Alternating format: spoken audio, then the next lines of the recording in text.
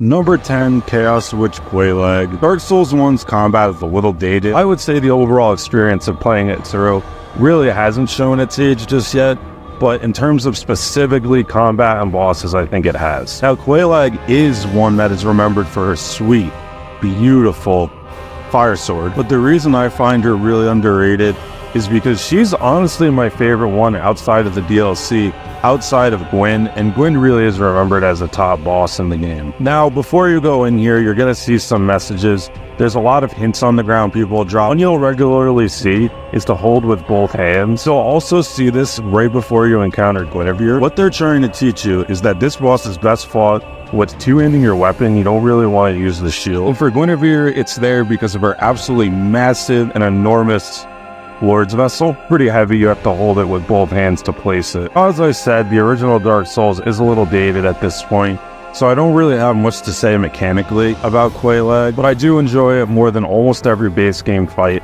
As I said, I think Gwyn's the only one really bad. But because I'm higher on her than most, I do think she's very underrated. Number 9, True Corrupted Monk.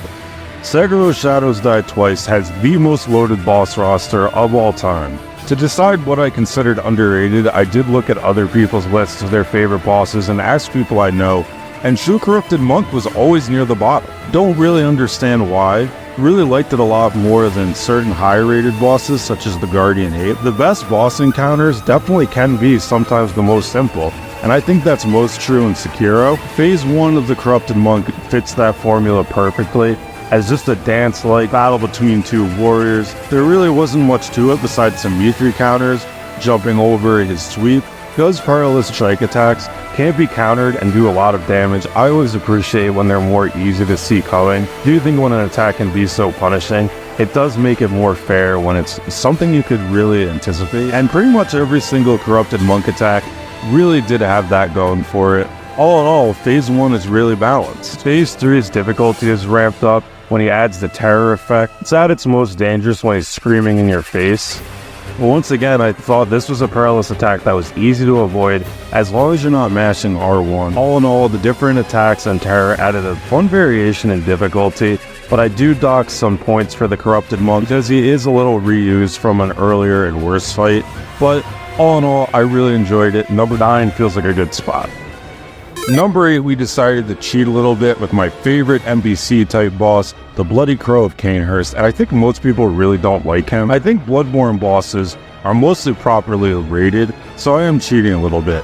Why, you ask? That's because Bloodborne fans are a cult. If you say in passing that Elden Ring really has surpassed Bloodborne as the best FromSoft game, you just signed yourself up for an all-day Twitter argument. At least 3 Bloodborne avatars are going to be in your mentions all day. They're going to be writing great American novels with their Dorito-crusted fingers about the atmosphere and how unique it is. And then you're going to hear about how the lore of Bloodborne is ahead of Tolkien, George R. R. Martin. Nobody can touch this lore. It's amazing. The bosses are so good. It's not only the 3 good ones, the old hunters. No, they're all great. The trick weapons. Oh, guess what? The trick weapons, they're so good. 30 FPS? Fucking beautiful. 30 FPS is fine. I did that for half my childhood. Chalice Dungeons? I love exploring those. They're great. There's so many good rewards. There aren't really any NPCs I can think of that are harder than the Bloody Crow across the series. The reason I really like him is I don't think of him as one of those invasion type enemies. I've always thought of him as the final boss of Eileen's questline. That's one of my favorite ones across the series, one of my favorite side characters, and avenging her is really immersive for me, and human-to-human fights are always the best.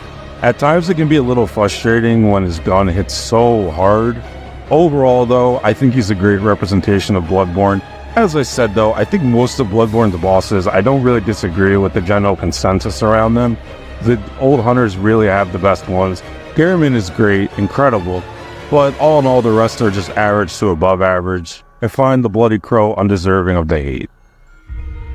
Number 7, Renala of the Full Moon. Strange to say, but I get nostalgic about Elden Ring. It's only a 2-year-old game, but I really remember when everybody was playing this on release. Kinda one of those you had to be there moments. Shadow of the Erdtree is kinda like that in a sense as well. But I just remember the first time I was fighting Renala, I was thinking how they finally nailed a magic boss. I'm no expert in game design, so take what I say with a grain of salt.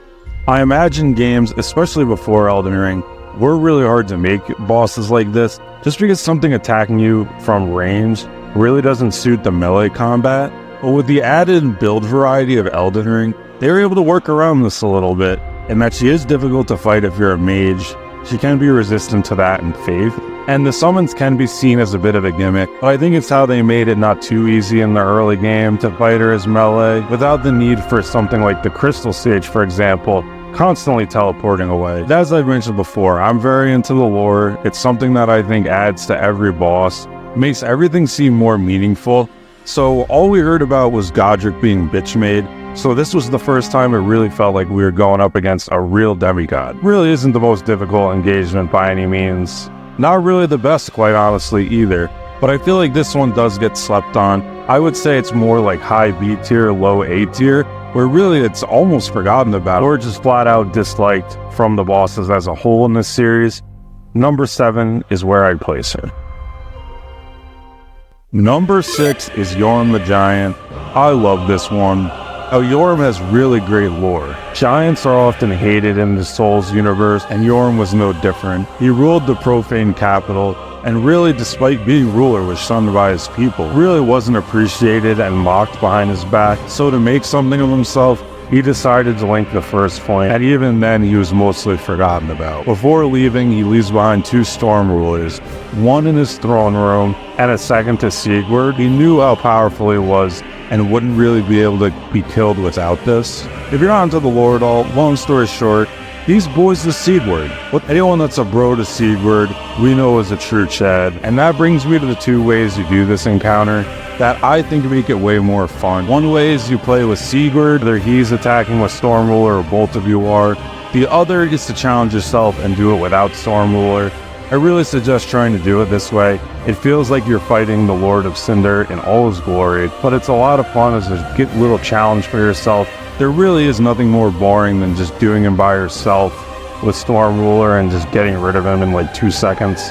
But when you're doing it along with Sigurd, it kind of gives you that immersive feel of fulfilling that quest. But overall, I think most people will do it with Storm Ruler, and in a way, that makes it more of a spectacle fight, or a gimmick fight, whatever you want to call it. A lot of people were disappointed with Yorm because of how it was shown in the trailer as a major boss. A lot of people were excited to face off again. But now that time has passed, I really do think Yorm has aged a lot better. People really have forgot about that hype from seeing him in the trailer, and now mostly remember him as one of the better puzzle or spectacle bosses in this series. But because of its initial hate, I do find it to be very underrated. A lot of people still look at it that way, that don't replay these games over and over again like I do, like a crazy person. Cool design, awesome lore, great soundtrack, and of course Onion Bro all factor into this. One of the most underrated fights, not just in Dark Souls 3, but the series as a whole. I did want to dock him some points because we can't get his crown without being on PC with the cheat engine, but a great fight. Number 5, we have the Nazgul. If you're enjoying the video, please consider subscribing as I have more to come. You can always unsubscribe later if you don't like it. Likes to me in the world as well, because these videos do take a while to make, as much as I do enjoy making them. Obviously, if you don't want to do either, that's perfectly fine as well. I also have a Discord in the pinned comment. It has about 700 people. It's very active. If you don't want to do any of these things though, that's okay too. I just hope you're enjoying the video. Let's get to the Shadows of Yharnam though, who are helping me meet the Bloodborne quota. I really do love Bloodborne, but I don't think the strength is in its bosses. That makes it all the more stranger that I think this is one of the better gang fights in the series. A dubious honor maybe. I'm not sure what I think works about this one. Maybe it's the different mix of aggression that each shadow has. I've been explaining this in recent videos, that I'm all about the vibes with video games. It doesn't matter the balance, mechanics, things like that. A lot of times it just comes down to, was it fun or was it not? How that applies to Shadows of Yharnam is I really liked it a lot. I'm good for about one of these placements a video of. I just liked it, it was cool, it was sick, and I can't explain why. It just felt more natural than other gang fights. And because I don't really see it ever mentioned, I think this is a good placement for it. Number 5 it is.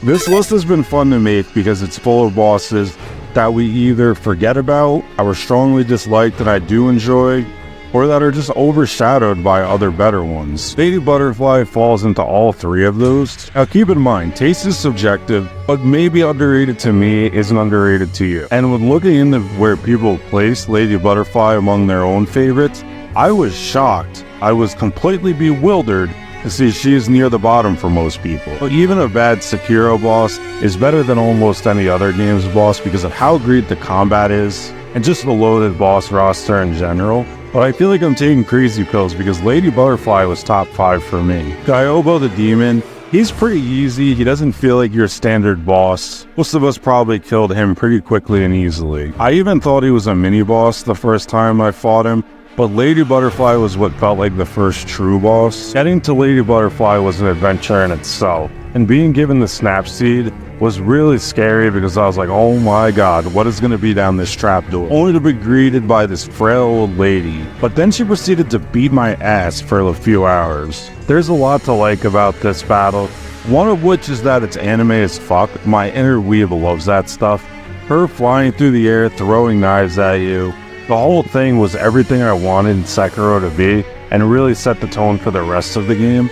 Perilous attack that was a sweep. Really punished R1 spamming that was plaguing me when I was trying to learn the combat. Something I did take a while to get used to, however, was when she would crush you with her legs. I don't even know what you call that. All of these games have skill check bosses, and I don't really think she was one of them because you can get away with a lot to end up fighting her. At least for me, I just brute forced it. It wasn't until I fought Genichiro that the game really clicked. I really thought the illusion stuff was dope that she's doing. Kinda makes you overpowered for a shinobi. Maybe she should have taught other people that. Kind of a bad teacher when you think about it. The burning building made for a really awesome arena. It was later reused in the legendary Owl Father fight, one of the ones that overshadows Lady Butterfly. This was the first time we saw it, so I think it's all good. But yeah, I don't understand why this one isn't more well-loved. Number 3 is Lich Dragon Fortisax. Unlike other entries on the list, it's very obvious why this one gets slept on. What if his name was Lich Dragon Death Lightning? Literally anything but Fortisax. The reason he gets slept on as a boss is because his name is so close to Plasudasax, who is one of the best dragon bosses in the series. Stay tuned, by the way, I plan on doing a best dragons in the series list as well.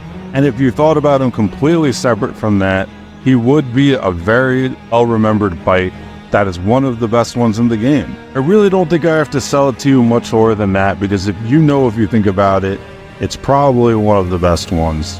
Now, there are a few things that also hold it back. In my opinion, one of them being the Fia quest line. I actually missed it one of the first times I played, because when she asked what I came for, and it said I want to be held, I'm no simp, so I just killed her, and I found out that locked me out of doing this. A lot of people had a similar experience, unless they're really into being held by strange women. Seriously, just think of him with a different name, and I guarantee you will remember this boss way more fondly. The only thing I don't like maybe is the arena, but his soundtrack is maybe the best one in the entire game. Very underrated in terms of the entire series as well. I'm starting to think I may be hyping this up a little too much as I go on about it, but Lich Dragon Death Lightning is a great fight nonetheless. Number 2, Demon Prince.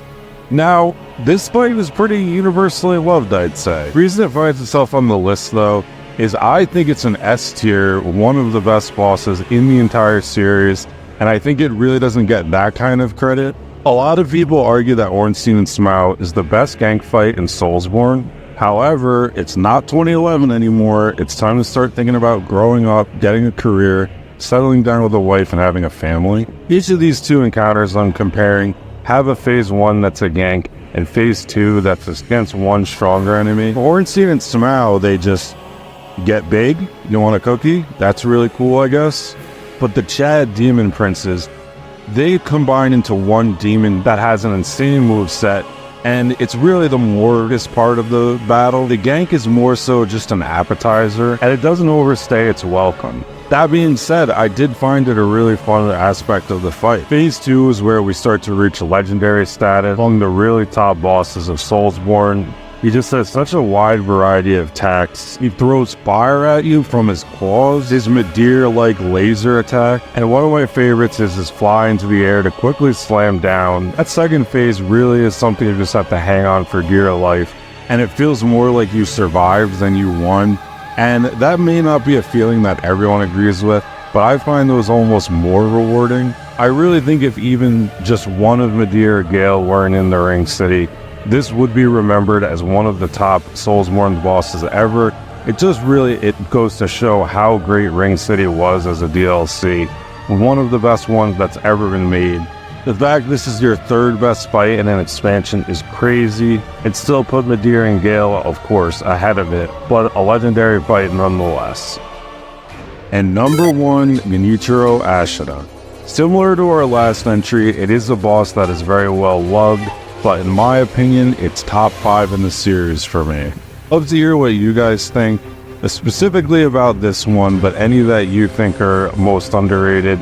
But for me, it's Genichiro, just because I think he is a genius game design along with just fun as hell. The first thing you'll notice is that Genichiro is very passive.